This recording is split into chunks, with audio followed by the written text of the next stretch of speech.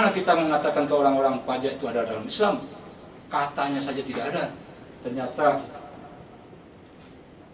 memang bahasanya gitu, mohon maaf ya. Perangilah orang yang tidak beriman kepada Allah dan pula pada hari yang akhir, dan tidak mengharamkannya apa yang Allah haramkan dan Rasulnya. Tidak beragama dengan agama yang benar, yaitu orang-orang yang diberi kitab kepada mereka sampai mereka membayar jizyah dengan patuh sedang mereka dalam keadaan tunduk. Ayat ini turun di Madinah. Ayat namanya ayat Madaniyah. Ayat Madaniyah ini ciri-cirinya pertama dimulai dengan ya ayyuhallazina amanu. Artinya yang dipanggil orang-orang beriman. Di Mekah belum turun ayat ini. Jadi kalau fase Mekah belum ada ayat-ayat tentang iman. Orang beriman ini. Baru ya ayyuhan nas, ya. Perintah Allah perangi orang yang tidak beriman kepada Allah dan Rasulnya. Jadi di Makkah dan di Madinah waktu itu ada seluruh suku. Allah. Mohon maaf ya, ini penting. Ini ada Muslim, ada Nasrani, ada Yahudi, ada Majusi di Madinah. Semuanya hidup dengan tentram. Jadi piagam Madinah itu memberi jaminan kepada non-Muslim hidup dalam lingkungan Muslim, mereka aman. Bagi non-Muslim, dia wajib membayar jizyah. Nah, ini penting. Orang non-Muslim tidak dipaksa dia menjadi Muslim. Dia diberikan kebebasan beragama di Madinah dengan tenang, aman, tidak diganggu. Malah Rasulullah katakan, kalau kamu ganggu mereka, langkahi dulu mayat saya. Rasulullah sering memberi makan pada orang Yahudi. Rasulullah juga bertetangga dengan Nasrani. Tapi dalam sistem Islam, dia wajib membayar jizyah atau pajak. Tanda ketundukan mereka kepada khalifah. Jadi jizyah artinya tunduk, patuh kepada khalifah. Itu aslinya dalam Al-Quran. Jadi bicara pajak Islam, ya semua agama masuk, tidak masalah. Ya kan? Bagi non-Muslim dipungut jizyah. Inilah dalil bahwa pajak itu ada dalam terminologi Al-Quran. Aman Pak ya? Aman. Jadi selamat dah. Tapi sampai di sini orang belum setuju. Ini kan buat non-Muslim Pak, ayat ini. Kami Muslim, kami tidak mau pakai ayat ini katanya. Loh, oh iya, ternyata benar. Ayat ini kan untuk non-Muslim. Untuk Muslim apa? Zakat. Kemudian kita lihat zakat untuk apa digunakan? 8 asnaf. Boleh nggak untuk membayar gaji tentara? Boleh nggak untuk khalifah? Boleh nggak untuk bangun jembatan? Boleh nggak zakat untuk bangun masjid? Boleh nggak zakat untuk gaji guru? Nggak boleh. Itu masalahnya. Jadi nggak selesai kalau cuma kami zakat. Zakat ternyata tidak, bukan barang substitusi dengan jizyah, bukan. Waktunya pendek. Oh nanti biar jalur ya. Jadi orang Islam itu dikenakan selain daripada zakat, dikenakan namanya pajak dalam kurung doribah atau beban.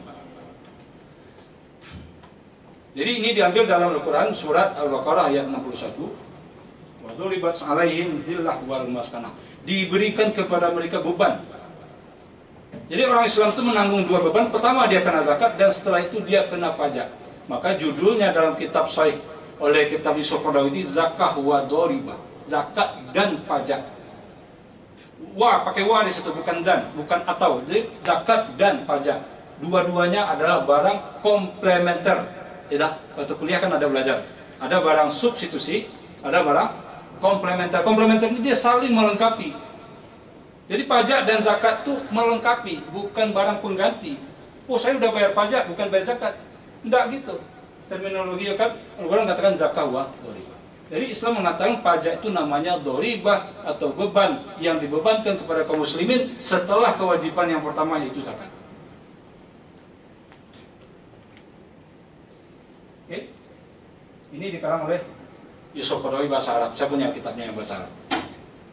Mungkin yang bahasa Indonesia udah banyak baca semua Bapak ya.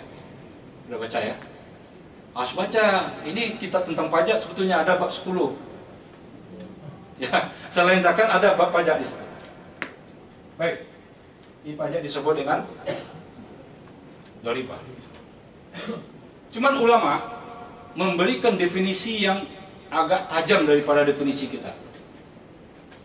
Beliau katakan, harta pajak adalah harta yang diwajibkan oleh Allah kepada kaum muslim untuk membiayai berbagai kebutuhan atau pos yang diwajibkan atas mereka pada saat kondisi Baitul Mal tidak ada harta.